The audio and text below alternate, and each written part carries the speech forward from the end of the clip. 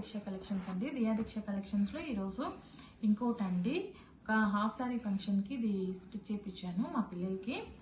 ఇది వచ్చేసి ఒక శారీ తీసుకొని 2 అయితే కుట్టించానండి. ఇది వచ్చేసి ఫుల్ పన్నా ఉంది కదా, అదంతా తీసుకున్నానండి. సో పైన అయితే కొంచెం కట్ చేశారు, మరి ఎక్కువ అయిపోతుందని కొంచెం కట్ చేశారు. ఇదంతా కూడా ఈ శారీ వచ్చేసి 750 అండి. 750కి చాలా తక్కువ అనిపించింది నాకు కాస్ట్ అయితే.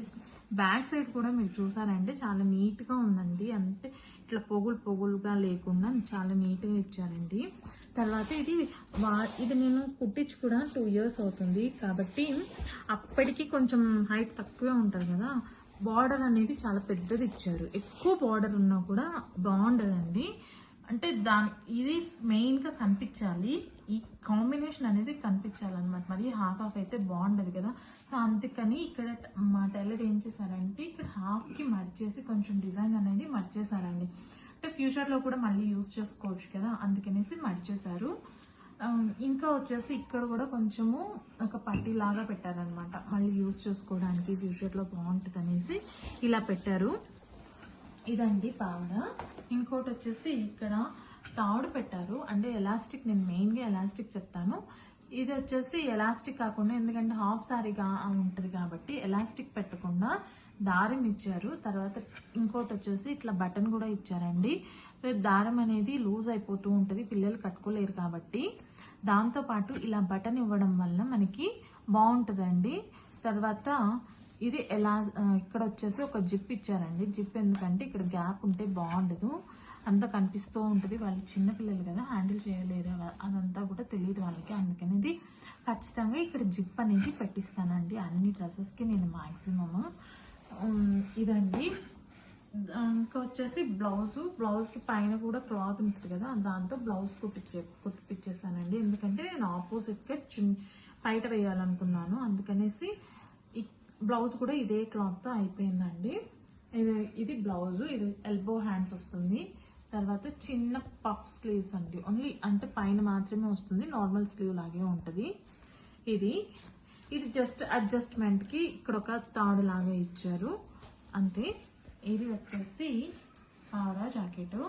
తర్వాత ఇది వచ్చేసి చున్నీ అండి. చున్నీ వచ్చేసి నాకు కరెక్ట్ అంటే కొంచెం ఇది నాకు 350 మీటర్ పడిందండి, కానీ తక్కువ కాస్ట్లో అయితే నాకు దొరకలేదు, కరెక్ట్ కాంబినేషన్ దొరకలేదు. ఇక్కడ క్లాత్ అనేది షిఫాన్ క్లాత్ లాగా ఉంది, చాలా బాగుంది క్లాత్ అనేది.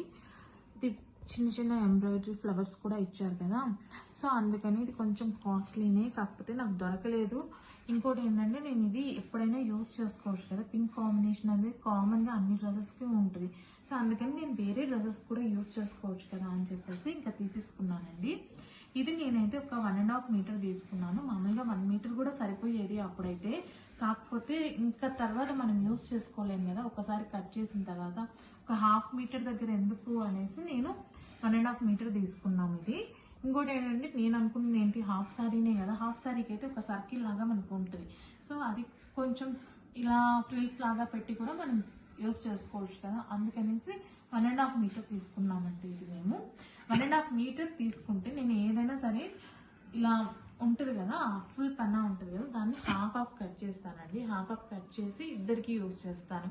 సో ఎందుకంటే వాళ్ళకి ఇంత పెద్దది కూడా యూజ్ కాదు కదా, అంటే వాళ్ళు హ్యాండిల్ చేయలేరు, అందుకని ఇదైతే వాళ్ళకి సరిపోతుందండి, ఇంతవరకు అయితే సరిపోతుంది కాబట్టి దీన్ని నేను ఇలా యూజ్ చేస్తాను.